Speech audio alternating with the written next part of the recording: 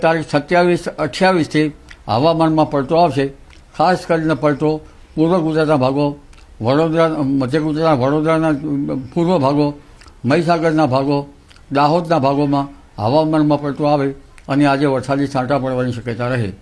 અમદાવાદ, ગાંધીનગરમાં પણ હવામાનમાં કંઈક પલટો આવી શકે અને ક્યાંક છાંટા પડી શકે અથવા તો વાદળવાળું આવી શકવાની શક્યતા રહે. તો 18 સપ્ટેમ્બરથી 30મી સપ્ટેમ્બરની આસપાસ બંગાળના ઉપસાગરમાં એક ડિપ્રેશન બનવાની શક્યતા રહેતા લગભગ આ ડિપ્રેશનના કારણે નવરાત્રિના ભિન્ન ભાગોમાં, અલગ અલગ ભાગોમાં વરસાદ થવાની શક્યતા રહે, જેમાં નવરાત્રિની શરૂઆતમાં વાદળવાયુ આવવાની શક્યતા રહે અને 23 સપ્ટેમ્બર આસપાસ ભારે ગરમી પડવાની શક્યતા રહે.